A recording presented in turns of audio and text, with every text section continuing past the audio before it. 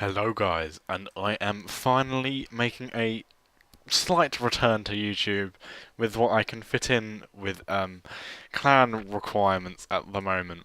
This will all be explained to you about what's been going on, and that LA Noir video was just something to sort of indicate that I was coming back for a bit.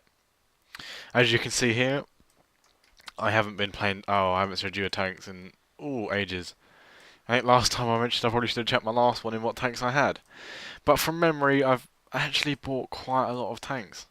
I say bought, I earned a few in a mission that I was playing, which I'll show you a game in. So we'll go through my new tanks, and then if you can see what I've got, and then we can go through battles and some.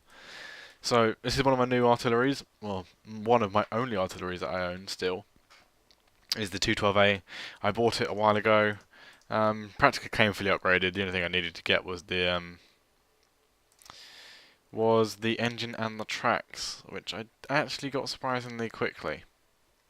So now I'm just slowly steadying my way, just making my way to the 261. Also got the Chinese Tier 6 Type 4 Cheeto. I was planning on getting the Chi-Ri, which is the 7, but it just doesn't appeal to me at all in any way. So I decided not to. I'll just keep this tank as it's got a decent crew in it. IS-3, as I was showing at the beginning, is one of my newest tanks. This is a tank for clan wars. As you can see up here where my cursor is, this is my new clan. I don't know whether I was in it when I last did my recording. I don't think I was, but I am a field commander of this clan, FTL, and all are welcome to join it. All they'd have to do is PM me in game.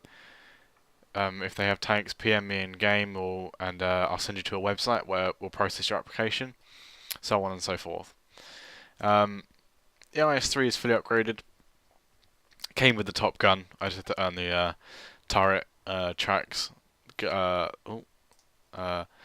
tracks, engine, and radio. The radio was already earned actually. So now I'm just sort of slowly grinding my way to the IS-8, and then for the IS-7, which is also a tank for clan wars. That's most of the tanks. I mean, I've got the A44. Actually, I've got quite a few more to go. Actually, the A44, one of the new Russian line. This one here, which was put in apart from the 3485, which is the old line, and also in the most recent patch 8.10, which I am currently recording in, they introduced two new tanks: the Object 432 and the Object 430 original. So yeah, that's that done. And the next tank I recently bought was this one, was the T25-2. I've got it fully upgraded now as well. Actually, I don't have it fully upgraded, I lie. I don't have the top engine in it. But I won't probably be bothering getting the top engine because it doesn't carry on. So yeah, that's that. The EZ8 I also bought. This I just had to research the turret, which took 3 or 4 matches. I've got the Oh, that was the tank I was supposed to buy. I've got the Jackson, which I'm going to be buying sooner or later. So I pretty much get the top gun in that tank straight away. So yeah, that's those two. That's the Americans done. The Conqueror is one of my newer tier 9s. At the lot of them, I've got the top turret, just waiting for the top gun now. I'll eventually get the Griffin engine, but that'll take me a little while, and those tracks will be necessary once I've actually got the top gun. They're not actually necessary as they are at the moment, I don't think. Oh, actually, I don't know. I'd have to look into that. So yeah, that's that. The Comet as well. Fully upgraded and fully up researched my Comet and grinding towards the Centurion. Also, we have I rebought the Hetzer again. for some fun. If I get a bit bored, go around herpaderping at tier 4 and 5. E75 has got the top turret on finally, slowly grinding my way towards the top gun, and then I'll get the top engine, and then the E100 will be my tanking course. Tiger P, Jesus Christ, I've just realised actually how many tanks I've bought since like last year. The Tiger P, great, it's an okay tank. I'm still sort of here and there on it. I'm still thinking the Tiger's got a better tank, considering they have identical guns. The Tiger's got a better fire rate by 2, so there is actually quite a big difference. Then you've got the AMX M4 MLE 45, the French tier 7 heavy, which is a piece of crap, absolute piece of crap. But I am doing it for the 5100s and so on, for Clan Wars again. And then I've got the AMX 1375, which is my new scout, which I bought yesterday. Well, whenever this goes out, this should be going out sooner or later, but I bought this soon. I bought this recently. And I just fully pimped out tracks wise. I'm slowly grinding towards the engines. And yeah. And oh, and one last tank. Well, I say there's one last tank. I have one surprise tank for you guys. T34-2, which is also almost fully upgraded. I've just got to get the top engine in it, which I am probably going to go for, considering it carries on. So, yeah. So yeah, that's them. So we shall start off with one of my new tanks, one of the strongest tier Russians there is in the game. We'll go with the Russian IS-3. So I'm just going to explain a few things. In game, I may be experiencing lag spikes with fraps. This is not to do with fraps itself. It's to do with the new things I've added in game. I'm having to sort of slowly work through. I keep an eye on the FPS during game and seeing what it's running at and how it's sitting.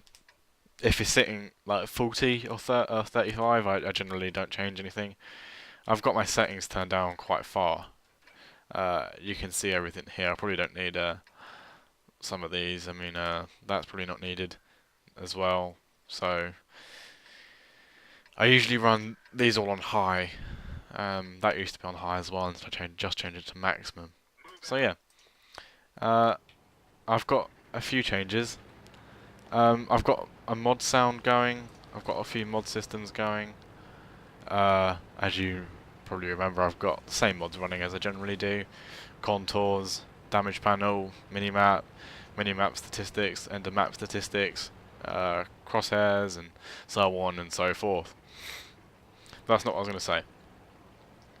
So, reasons for no videos. I went through a phase where I was sitting here playing tanks, or sitting here not doing much with anything to do with YouTube, and I got to the point where I sort of sat there and going, I don't really want to do YouTube.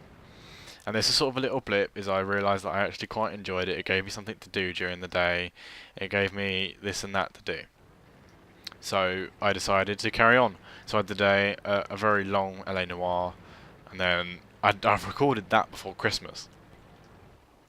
And then a few problems came up here and there. Christmas came around, and I didn't want to put that up before Christmas, because I didn't want to be stuck down doing something during Christmas and after Christmas.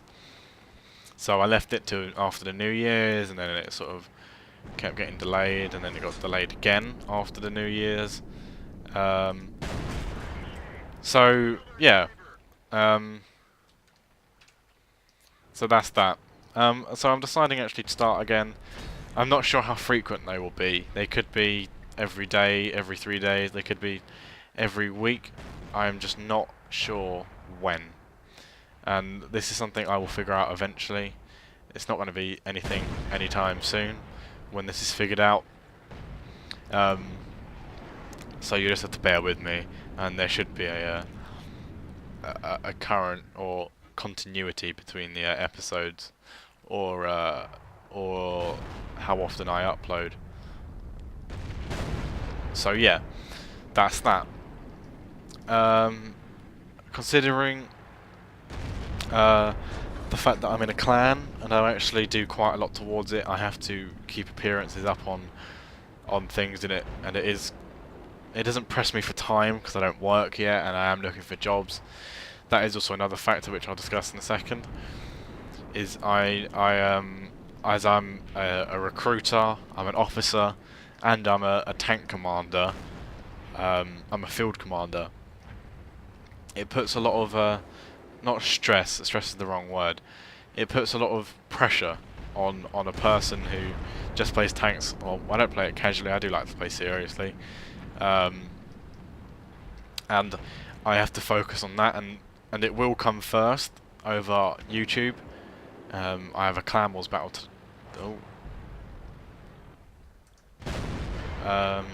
What's going on here? Come on! Oh, Frap's not this again.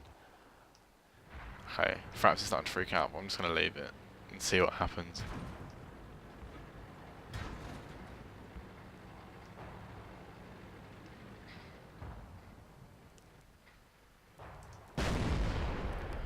Okay, you just have to give me a minute here while I try and let Fraps unfreak itself out. Right then. No. I don't know what's going on here. I'll have to explain everything when I go back to garage. Sorry about this, guys. Right then, hopefully Fraps should not freak out now. Turned out why it was doing it was because I forgot to change the location of where the files were saving to. So when the game had, when the Fraps file had hit, when it usually creates another one, it started to spaz out because it was loading through a cable out of my computer and around and shit. It didn't sound like much, but yeah. So I'm on War Thunder. I was going to play Battlefield 4, which I did buy recently, but multiplayer on that, it puts quite a lot of stress on my computer as it is. My computer hit about 80 degrees, 60s, not 80, about 67, 70 degrees while running that, and when I'm running tanks on with Fraps, it will hit about that. So I don't really want to push it. So I'm just going to play some War Thunder. My computer seems to run this nicely. So we're going to do some just single missions, and we can just play through them and just be nice and calm. So yeah, these are the new single missions which they put in. They put in the last patch, which was patch 1.3.7. Oh, if I remember rightly. So yeah, you just sort of click all this stuff and you go through it, you do this, and then you'll get told what to do, and then you'll go to certain spots and you'll do it. And it's actually quite fun. It may not sound like fun at all, but it is. So yeah. Escort the LI-2 to the scout evacuation point. What tank am I in? Tank? What plane am I in? I think I'm in an LA. Yeah, I'm in an LA. No, I'm in a... not an LA. What's it called? Oh, I forget what they're called now. Lag 3s. I'm in a Lag 3 series. Not my favourite planes. But there's not much I can do about that. Got great spinning rate, but I don't know why you'd want that. I mean, granted, you can get from this to that quite quickly. So I've got to just fly around this, and it might seem a bit tedious, and it does get a little bit while you're just sitting here flying around, just doing fuck all, waiting for something to happen. But eventually something happens, and you get to shoot quite a lot of stuff. So yeah, I'm just gonna match the speed of this this. Well, my planes just crashed. One of them just did. I am. No one just crashed.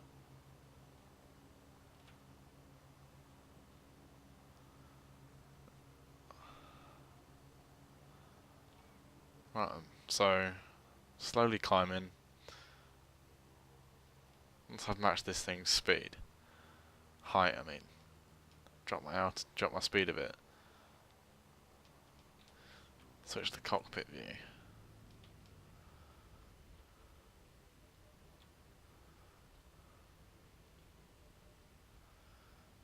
That thing is going so bloody slow. He's not even, I can't keep up. There we go. She's going about 120. Maybe less. Kind of hard to figure out. Matching people's speed. Come on, plane, pick up. He's not going that fast. Yeah, he's going about 115, 120. But that's too slow for my plane, because my plane starts to do this. So I've got to pick up. What's my tactics? Escort. What will I do? I'll go ahead a bit. Probably get told to destroy something in a second. Nyong. These things can go on. Oh, there you go. Destroy. There you go. Let's go around and destroy them. I wonder what it would have been like in real life. It must have been bloody scary, I guess, but would have been an experience, I guess. I mean, it would not have been a one that I want to experience. I'm not saying that I do.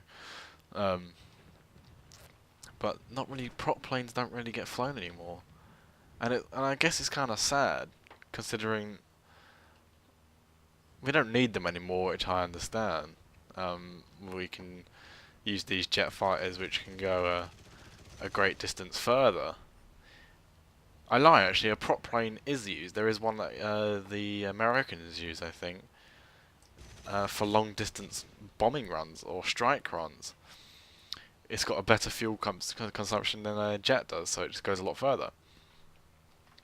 But considering the change in aviation, like the first flight was so close. I think it was like 1900 something was one of the first flights, I think, or 1800 something.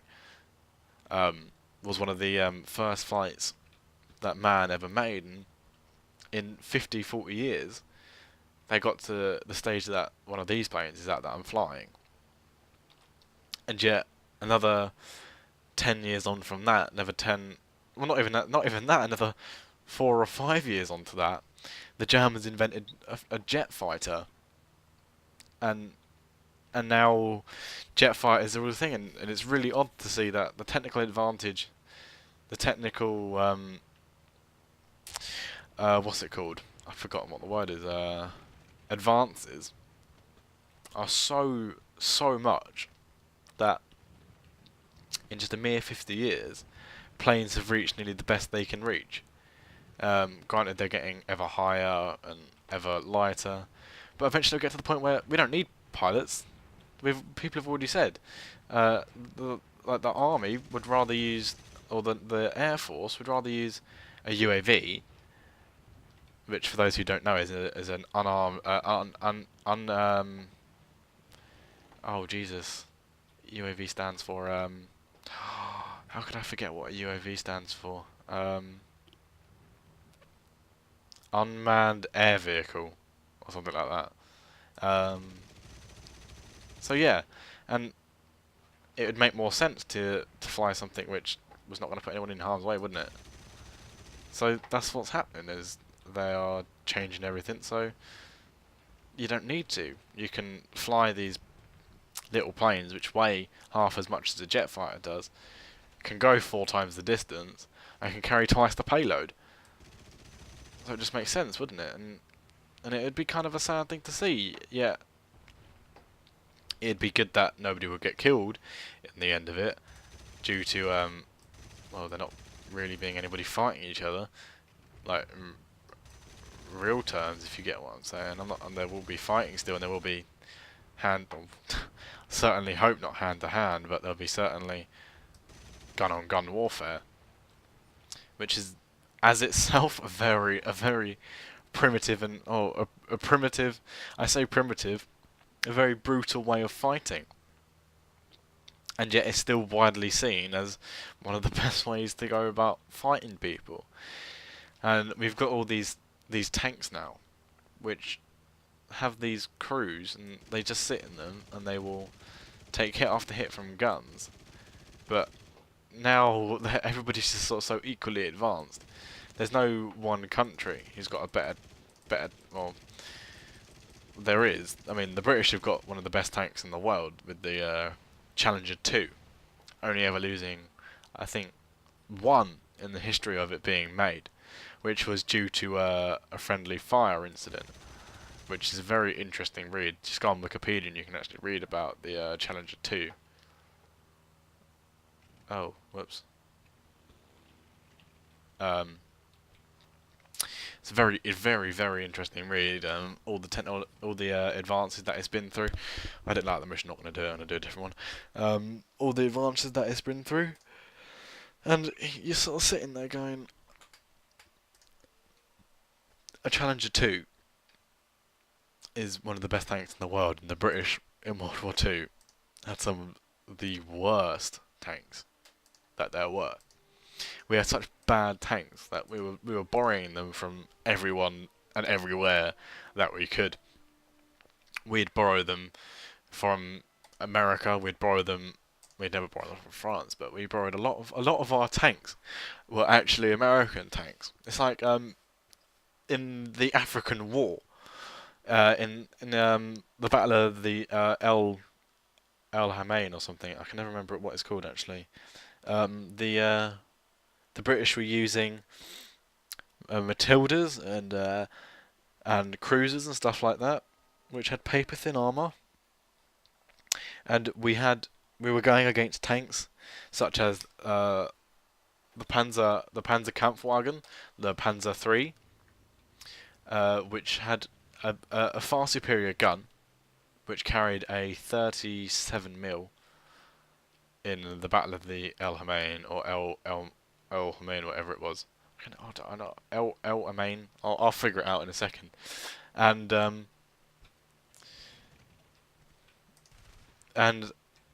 we just couldn't do anything against it. And then when the Americans gave us the what was it? The well, the British called it two different things. The British called it the Lee and the Grant, which is the M3 in World of Tanks case. M3 Lee. Which was a far superior, which carried a 57mm, if I remember rightly,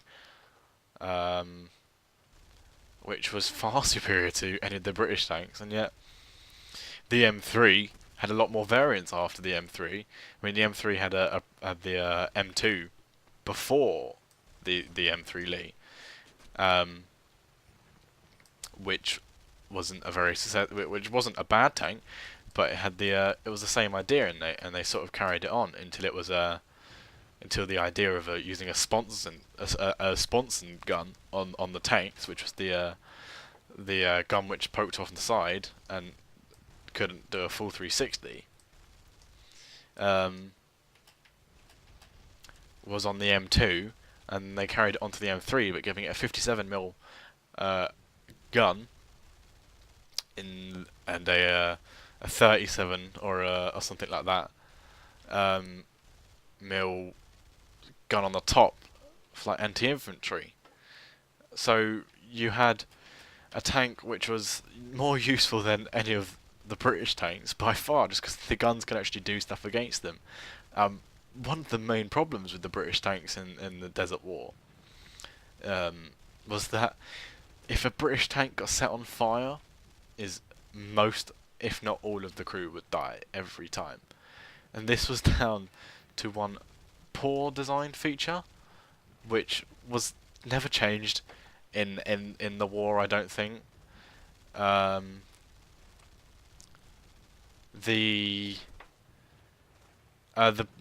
British had the tiniest holes you could ever imagine for people trying to get out of. Oh shit. I mean, literally tiny. They would have to fit through these tiny little holes, and they were so small it would take people minutes to get in and out of them, and then they were wondering why people kept dying when they got in them, and it was like a miracle if anybody survived. Anybody survived a fire, and it was literally a well-known rule. If your tank gets set on fire, if you're in a British tank, and your tank gets set on fire, and you're the driver, you're dead. Because the driver and the gunner sat at the front of the tank near the engine block. and this just caused so many unnecessary things, and it was never changed as well. And with the introduction of the Grant or the Lee, whatever you want to call it, they had these huge side doors or these huge back doors. I can never remember. It's either a back door or a side door they had. I'm pretty sure it was a back actually. And if a fire got fire was caught, because the thing was at the front, and granted the driver and the gunner would still get the worst of it, is that they could still get out of the tank. They could still get out of everything without having to worry that they would have comrades or friends left to burn alive. And it was such a huge help, all this extra stuff that they got. But comparative to the Germans, everybody was donkeys behind. The Germans had better tanks in almost every single aspect. There was nothing about a German tank which couldn't be matched or be beaten by many British tanks. There was a few British tanks which were invented during the war, which were some of the most successful. Was the British got got their hands on a Firefly, not a Firefly. They got their hands on a Sherman, and they put a 90mm gun on it. They put a 90mm gun in the Sherman, and they called this the Sherman Firefly. If I remember, it was the something Firefly, and these tanks were like a huge advantage because they could fire at a Tiger tank from a decent range, not a huge range, from a decent range, and they would be able to damage and hurt them, even blowing them up in a single shell. But this did come at a price for the crew of the Firefly. The Firefly's crew, when it fired its gun, was temporarily blinded and deafened by the blast of the gun. So I think it was for every one Sherman Firefly, there was 10 M4 Shermans, and these M4 Shermans were getting churned out every. They were the Americans were sending them over non-stop. And until recently, I thought the Americans helped us in the war because we asked them to, but no. Thanks to my dad for this, it turns out that Germany declared war on America, and that was the only reason, probably why they helped us. Was if Germany hadn't declared war, Hitler would have easily broken through France, taken it all with no struggle, and if he hadn't attacked Russia, he could have just rolled his way through everywhere, and he could have easily got an attack on England, easily, no struggle at all. And yet, as he attacked too many places and his forces were split, fighting a war on two fronts, which is what you start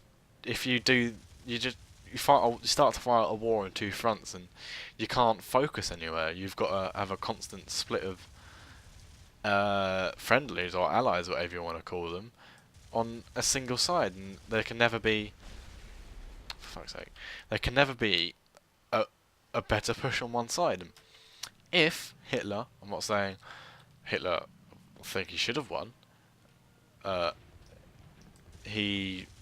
Some of the stuff he did, and some of the way he went about what he wanted to do, was a very bad way on what he did. I'm not going to deny that I think Hitler was an insanely clever person. Anybody here is sitting there going, "Oh no, he's not clever. He was evil and a maniac and should have been hung, drawn, and quartered." Granted, some of the stuff he did was absolutely horrible, and and I don't deny that. I'm not disagreeing with what you're saying there at all. But anybody who knows their history will know how clever Hitler was, and how he went about what he did, and how he got to where he did. He was so clever.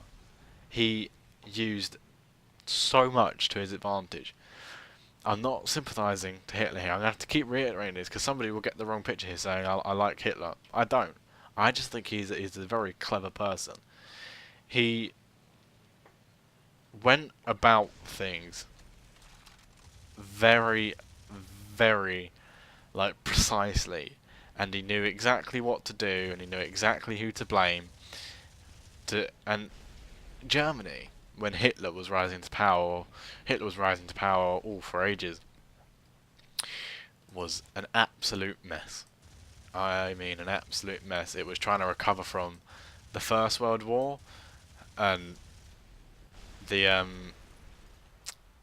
Treaty of Versailles. I think it's the First World War. I sometimes get them mixed up. I'm pretty sure it is. I could be wrong. That could be Second World War. But that destroyed the Third Reich, which was the people who were in power before Hitler, and Hitler just used it against everyone and scapegoated the Jewish, everybody, and he just went about everything in a timely manner, and the things that happened helped him. Like he used Order 60 something, which gave him, if he got a vote or something from somewhere, and he got like 50% of the vote, he could take temporary, complete power over everyone. And once he got this, he destroyed everything. He got rid of Parliament. It became a totalitarianism state. Oh, I love using these big words. I'm gonna stop going into all this history stuff. It's just that I'll put probably the title would be a lesson in history by xXDITOXXx. It may not be entirely accurate, but yeah, who cares? I kind of enjoying this. And it was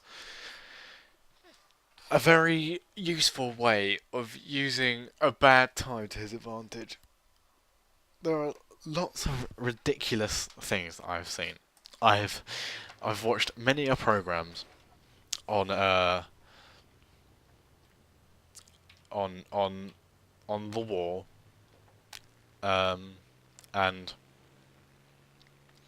on why Hitler did what he did, and I've seen some ridiculous things. I've seen this TV program where they went, oh, he started killing millions of Jewish people because he got rejected from art college. It was at the start of a line of the Veds. I was sitting there going, this is just insane. Hitler killed millions of Jews. Hitler himself didn't kill millions of Jews. Technically, the people who led the concentration camps did, which was a far few. And just like a fact here is, people who worked at the concentration camps, the German soldiers, most of them, if not all, were voluntary. So the generals, the leaders, they were all voluntary, and everybody did what they wanted. You had people who took people and just experimented them. And there's this one doctor who's, I can't say famous, but he's well known for doing horrible. He would take identical twins and he would do this and that to them. He would take ginger people. He would take people who were gay. He would take Jewish. He would do the unthinkable. And this wasn't Hitler himself, and I don't think Hitler condoned this, but I recently went to the my train of thought just went there, so I'm just going to start this.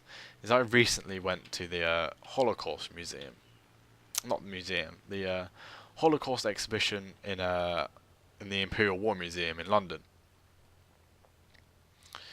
If anybody lives near London or is visiting London at any point, it's well worth a visit. The Imperial War Museum. It's completely free to get in.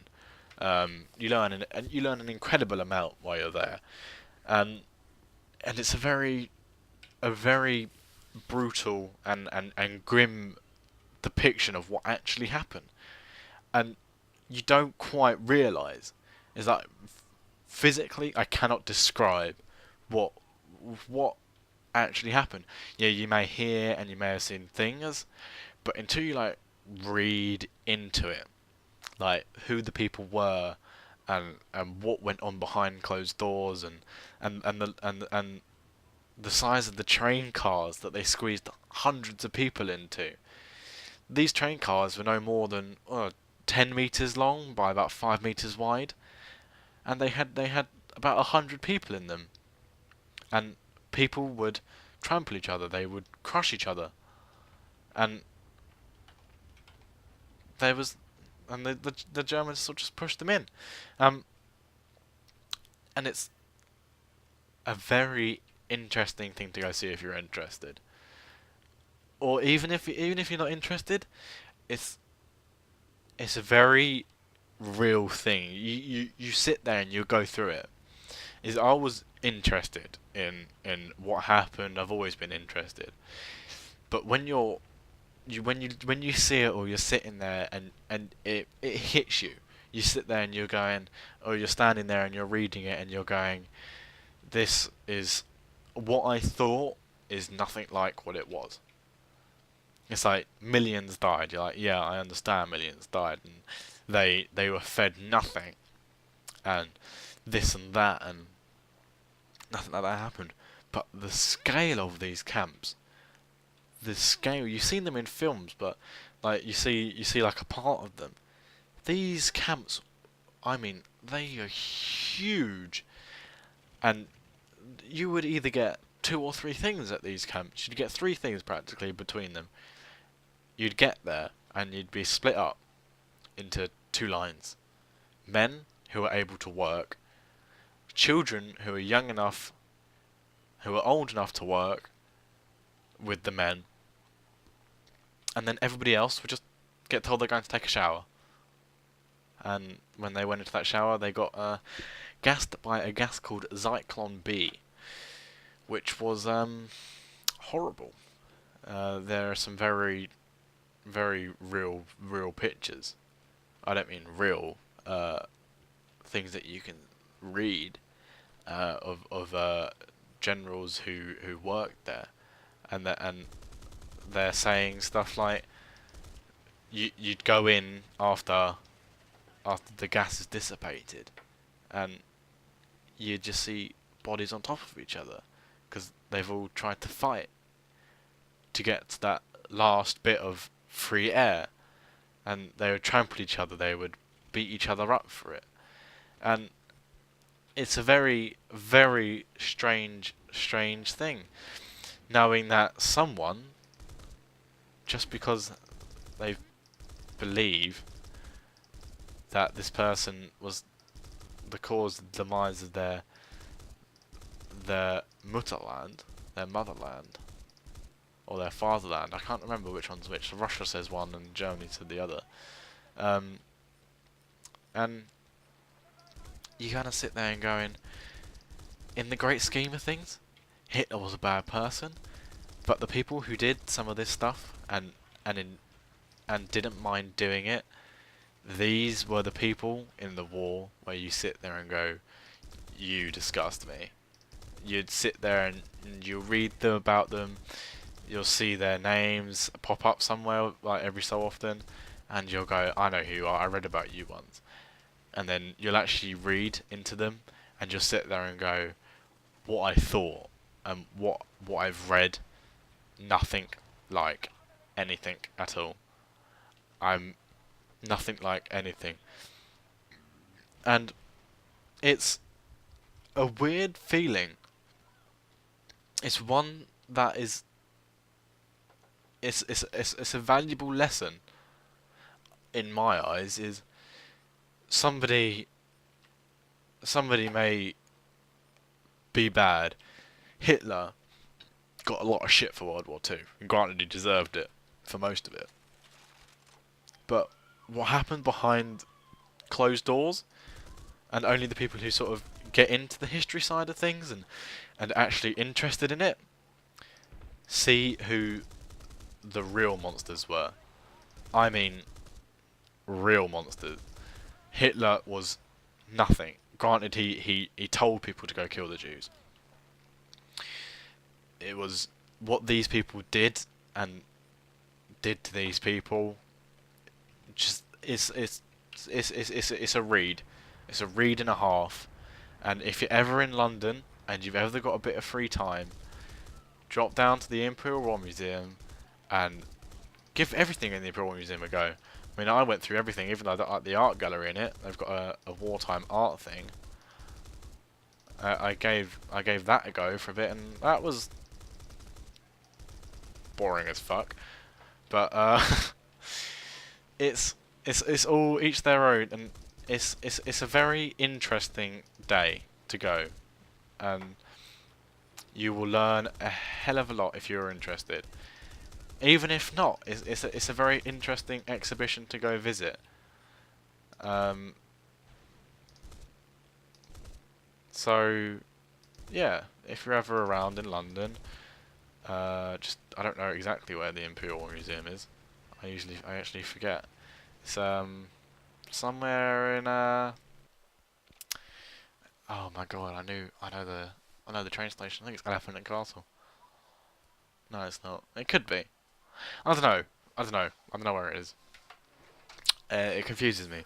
But just just Google it if you're ever in London and you want to know. So yeah. Sorry about this very realistic and my lesson on history. If you enjoyed this though, and you'd like to make it like a thing where I will go through my knowledge of history, I'll play a game, just have it running in the background, and I'll sit here and chat about it. If you're interested in it, just put a comment in. If you think what I'm talking about is stupid and I shouldn't be talking about it because I get a lot of hate for it, also comment for it. I would take any comment really. Just don't be stupid and put comments about Hitler. Don't sit there and go, you Nazi-loving, racist bastard, anti-Semite pig. I'll just go. I just won't even respond, and I'll know if somebody's just come on, heard me say Hitler and done it because they won't have watched the whole way through the video to know that I said I don't sympathise. And to those people who are watching the end of it, laugh at the people who post. If I get any comments like that, laugh. Please sit there and just comment back saying ha ha ha ha, you're so stupid. But don't start a rage war. So yeah, sorry. If you enjoyed this conversation, this talk, tell me. I'll do some research actually for things like this because I enjoy doing this. I find them really interesting. I'll do some research on tanks. I'll look into World War II tanks. Maybe I'll do like a 10-15 minute session on each tank. I'll print off a few pages on a Tiger 2 or something, or a Tiger or a Mouse, or a Leopard 1, or such as and so on forth. So yeah, put a comment in the section below. Please like and subscribe, and I shall talk to you all very soon. Maybe it'll be another history lesson. Maybe it'll just be a fun game of Battlefield 4, or maybe it even be some tanks if I ever figure out what the fuck is going wrong with it. Right, thanks for watching. I'll see you all soon. Bye.